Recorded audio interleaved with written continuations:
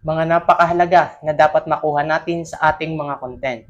Ang isang comment, engagement na. Ang isang reaction, engagement na. Ang isang share, malaking tulong sa pag-angat ng ating engagement.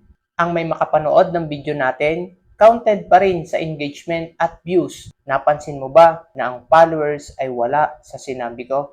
Hindi naman sa walang halaga ang followers. Kaya hindi ko isinama sa nabanggit, napakahalaga ng followers. Pero alam mo ba na ang organic followers mo ay una nila magagawa ang lahat ng sinabi kong mga nauna bago mo sila maging followers. Sa makatuwid, content mo ang bubuo ng sinasabing sangkap para makuha mo ang panlasa ng followers na talagang magugustuhan ang mga content mo.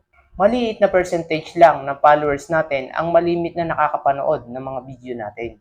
Mapapansin mo, kapag viral ang video, kahit mababa ang followers, tumataas ang views. At mapapansin mo na kapag nag-viral ang content, sunod pa lang ang pagtaas ng mga followers. Paano na lang kung hindi organic ang nakuha mong followers? Maaaring sa 1,000 followers mo na hindi organic, 100 views lang ang makukuha mo. Apektado ang pag-angat mo, maging ang earnings ng mga content mo.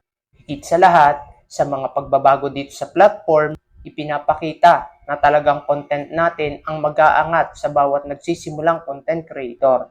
Habang dumadami ang content mo, mas marami kang matututunan. Habang dumadami ang content mo, mas may chance na kumita ka ng mas maganda.